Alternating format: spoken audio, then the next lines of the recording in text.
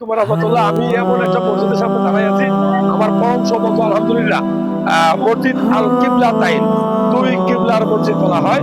সেখান থেকে আমাদের কেবলা বা কিবলা পরিবর্তন হয়েছে।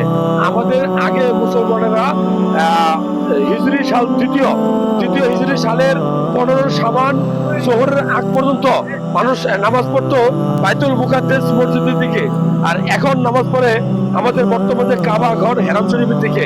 কারণ ওই দিন 15 শাবান জোহরের নামাজের সময় 2 রাকাত নামাজ পড়ার পর নবীজি হঠাৎ করে কেবলা পরিবর্তন করে, সাথে সাহাবীগণ মুসলিমগণ কেবলা পরিবর্তন করে। এই সময় তার উপর ওহী নাজিল হয় এবং ওই দিন থেকেই আমাদের কেবলার পরিবর্তন হয়ে গেছে। তো যারা ভিডিওটা দেখলেন, আমি প্রথমবারের মতো বলবো, ভালো লাগলে এই তথ্যটা শেয়ার করবেন। এটা আমাদের ইতিহাস, এটা আমাদের ঐতিহ্য, ইসলামের ইতিহাস ঐতিহ্য ধরে রাখতে হবে।